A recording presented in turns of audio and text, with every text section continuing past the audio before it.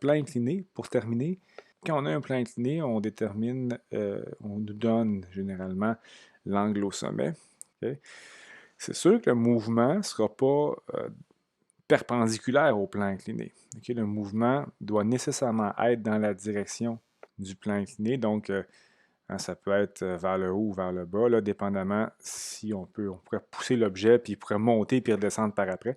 Donc le mouvement est nécessairement selon l'axe du plan incliné. Ce qui fait que logiquement, pour faire mes calculs, si je veux déterminer un axe pour mes calculs, l'axe des x par exemple, bien, au lieu de faire l'axe des x à l'horizontale, je vais juste l'orienter dans la direction du plan incliné.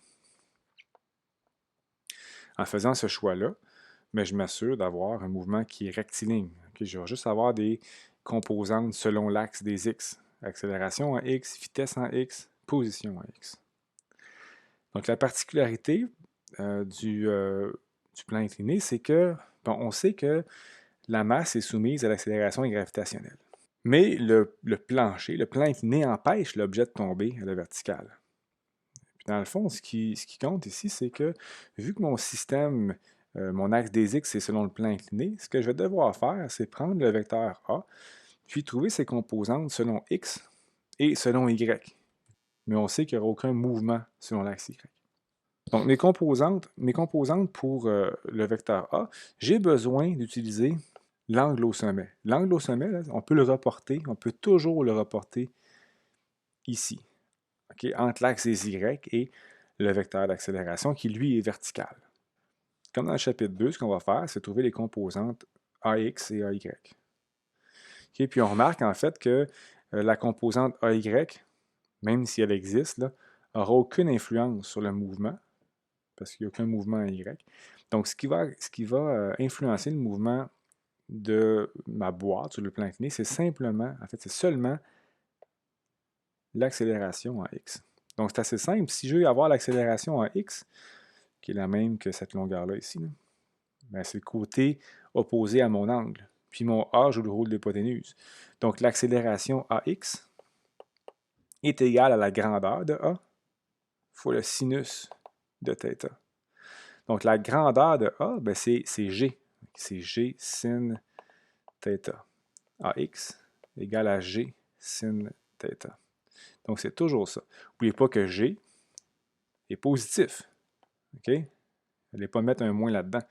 Donc, l'accélération en X est positive, puis c'est logique, regardez, est dans le même sens que l'axe des X positif. Donc, je dois avoir un AX qui est positif. Une fois qu'on sait ça, ben, on peut utiliser les équations de cinématique qu'on a vues tantôt, puis appliquer ça pour un mouvement sur le plan incliné. Donc, peut-être le lien qu'on peut faire ici, je sais qu'on n'a pas encore parlé de force, mais quand on calcule l'accélération en X, ben, vous pouvez prendre ce vecteur-là ici qui est... Ah, ce que je vais faire, regardez, c'est ce que je vais faire.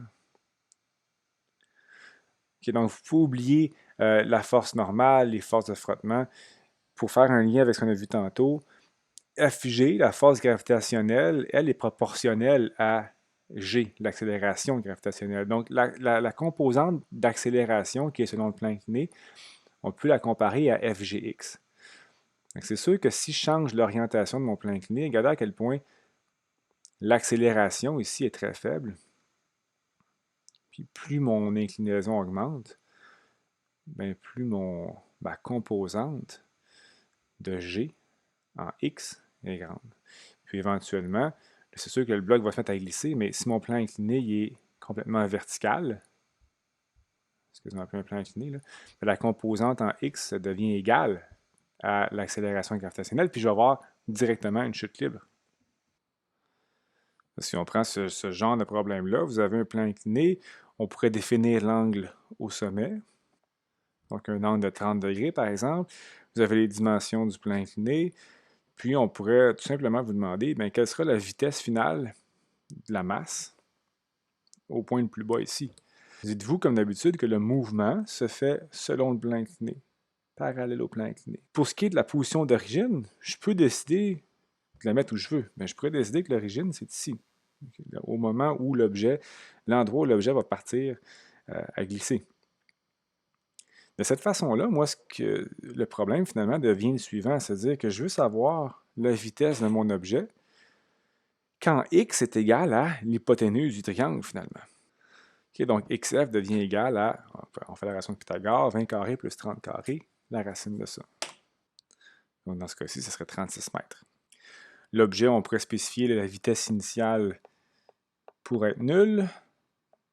Okay, donc vitesse initiale au début, on descend jusqu'à la position 36 mètres sur l'axe des x. On a une accélération qui vaut 9,8 fois sinus de l'angle, donc à 4,9 mètres par seconde carrée. OK, donc mon accélération, si je la représente par un vecteur, c'est L ici. Ben, le reste, c'est du mouvement rectiligne. OK, donc si je veux avoir la vitesse finale, je connais mon delta x, je connais mon accélération, ma vitesse initiale, donc j'utiliserai, puis j'irai remplacer. Donc VI, c'est 0. Donc j'aurai 19 mètres par seconde. Je prends la valeur positive. Là, c'est sûr. Quand on fait une racine, on fait toujours, c'est sûr, ça peut être plus ou moins la réponse. Là. Mais dans ce cas-ci, vu que le déplacement se fait dans le sens positif de l'axe des x, mais ma vitesse est positive. Donc la masse arrivera en bas du plan incliné avec une vitesse de 19 mètres par seconde. Donc ça fait le tour du chapitre 3 sur la cinématique en une dimension. Donc ça met les bases pour le prochain chapitre qui sera le mouvement à 2 et à 3 dimensions, la cinématique à 2 et 3 dimensions. Donc, on pourra rajouter l'axe des X, l'axe des Z.